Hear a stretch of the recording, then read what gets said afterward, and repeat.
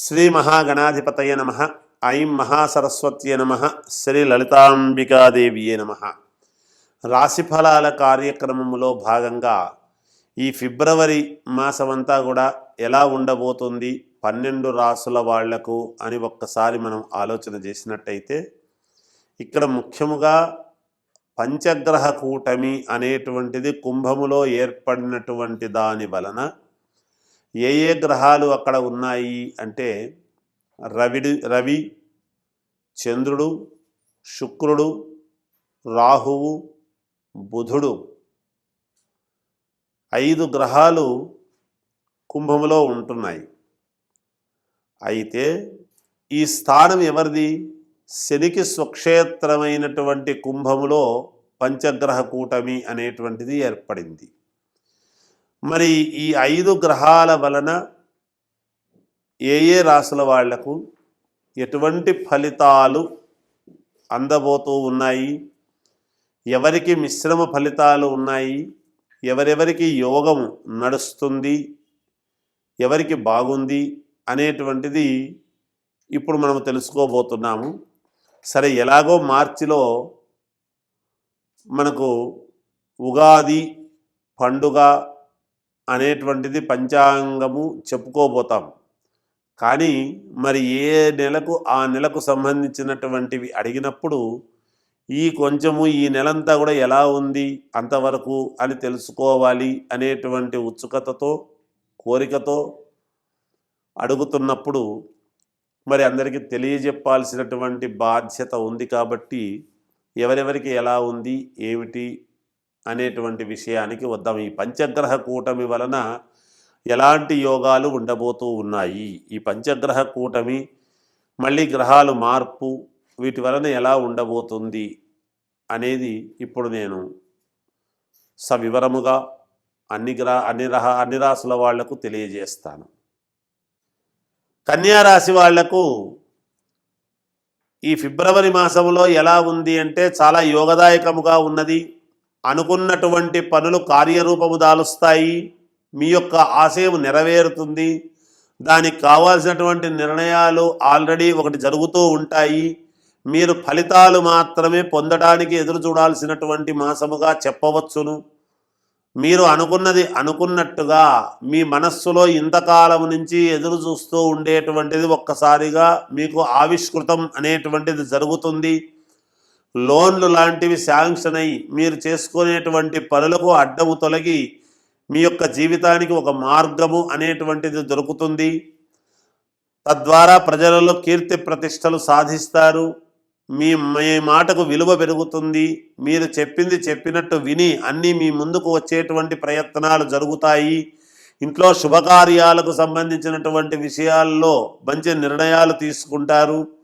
కొత్తగా ఉద్యోగాలు కావాలనుకునేటువంటి వాళ్లకు ప్రయత్నం చేసినంత మాత్రాన్నే లభిస్తాయి. పాతవి వద్దు అని వదులుకున్నవి కూడా మళ్ళీ మీ ముందుకు వచ్చి మిమ్మల్ని వరించేటువంటి పరిస్థితులు గోచరిస్తూ ఉన్నాయి. ఒక ఉన్నతమైనటువంటి శిఖరాన్ని ఎక్కగలను ఈ మాసములో ఎక్కుతారు అనేటువంటి విధానముగా 4 మెట్లు పైకెక్కేటువంటి విధానం ఉన్నది మీ జీవితంలో. అలాగే ఆధ్యాత్మికత వలన చాలా ఎక్కువ లాభం పొందేటువంటి ప్రయత్నాలు జరుగుతాయి. ఉద్యోగాలు చేసుకునేటువంటి వాళ్లకు మంచి కీర్తి ప్రతిష్టలు అనేటువంటివి వస్తాయి. పై అధికారుల యొక్క ప్రశంసలు పొందుతారు. వాహనాలు కొనుగోలు చేస్తారు, భూములు కొంటారు, ఇళ్ళు కడతారు, లేదా గృహప్రవేశాలు చేసుకుంటారు. ఇంట్లో శుభకార్యాలు చేయడానికి ప్రయత్నాలు చేస్తారు. శుభకార్యాలలో పాల్గొంటారు. క్షేత్ర దర్శనాలు చేస్తారు. నదీ ప్రవాహాల్లో స్నానాలు చేస్తారు. ఇలా ఒకటేమిటి, పుణ్య సంపద అంతా కూడా సంపాదించుకునేటువంటి ప్రయత్నముతో ఉంటారు. మంచి ఉద్యోగం కావాలి అనుకునేటువంటి వాళ్లకు ఉద్యోగాలు వస్తాయి. ఇంకా మీ మనసులో ఉండేటువంటి కోరికలు నెరవేరటానికి అనుకూలమైనటువంటి మాసముగా చెప్పవచ్చును ఈ ఫిబ్రవరి మాసము కన్యారాశి వాళ్లకు అని తెలుస్తూ ఉన్నది. ఎందుకంటే మోక్షదాయకుడైనటువంటి కేతువు ఉండేటువంటి దానివల్లను, పంచగ్రహ కూటమి అనేటువంటిది రాహువుతో కలిసి ఉండేటువంటి దానివల్లను, అది శని యొక్క స్థానమై ఉండటం వల్లను బలముగా మీరు ఎంత మనస్ఫూర్తిగా కష్టపడతారో అంత పదింతలు మీరు యోగాన్ని సాధించుకుంటారు అనేటువంటిది తెలియజేస్తున్నాను. విద్యార్థులకు చాలా యోగదాయకముగా ఉన్నది. వ్యాపారస్తులకు అనుకూలవంతముగా ఉన్నది. ఉద్యోగాలు చేసుకునేటువంటి వాళ్లకు అనుకూలముగా ఉన్నది. ముఖ్యముగా దైవానుకూలం అనేటువంటిది ఉన్నది మీకు. ఇంకా మెరుగైనటువంటి ఫలితాలు సాధించాలి అనుకునేటువంటి వాళ్ళు అమ్మవారిని, పంచముఖ ఆంజనేయ స్వామిని ఆరాధించండి. తప్పకుండా విజయం కలిగి తీరుతుంది. జయోస్తు.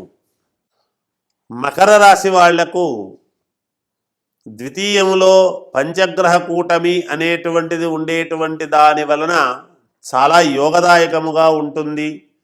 అక్కడక్కడ చిన్న చిన్న ఇబ్బందులు అనేటువంటివి వచ్చినను, ఎందుకంటే శ్వాసకోశ సంబంధమైనటువంటివి కానీ నరాలకు సంబంధించినటువంటిది కానీ చిన్న చిన్న ఇబ్బందులు కలిగినా ఆరోగ్యపరంగా, కీర్తి ప్రతిష్టలలో కానీ, గుర్తింపులో కానీ, మీకు పనులు కావాల్సినటువంటి చోట కానీ తప్పకుండా మీకు విజయం అనేది లభించి తీరుతుంది.